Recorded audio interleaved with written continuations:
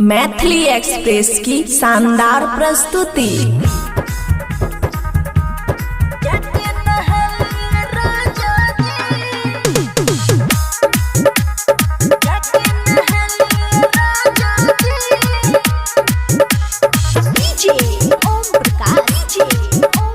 खुशी recording studio बलुआहा।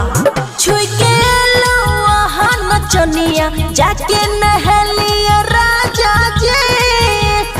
यो सुनै छियै? छुई के लुआहा नचनिया जाके नहलिया राजा जी।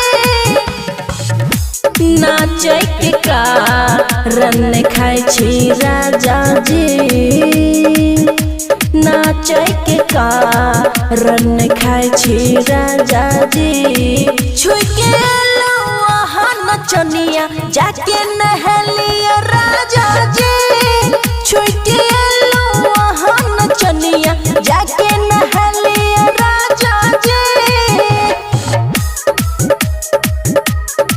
छुई के लुआहा नचनिया जाके नहलिया राजा जी।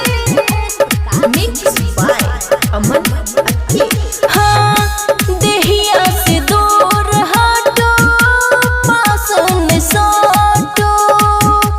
रुस जाब सैया नहीं तो हमरा में नहीं लिपट।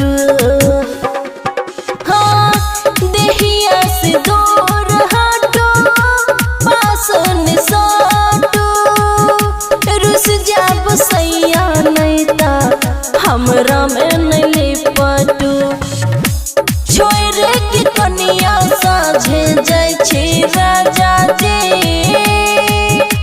छोरे की कनिया साझे जाय छी राजा जी। छोई के लुआहा नचनिया जाके नहलिया राजा जी।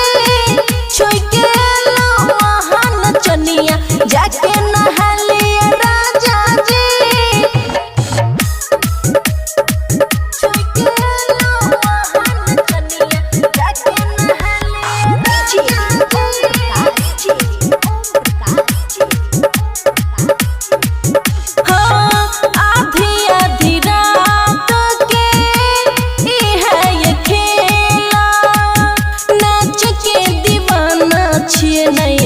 खेलू अमन खेला। हाँ आधी आधी रात के है ये खेला। नाच के दीवाना छिए नहीं खेलू अमन खेला। खुशियाँ दब के बात नहीं मानै छी राजा जी। खुशियाँ दब के बात नहीं मानै छी राजा जी।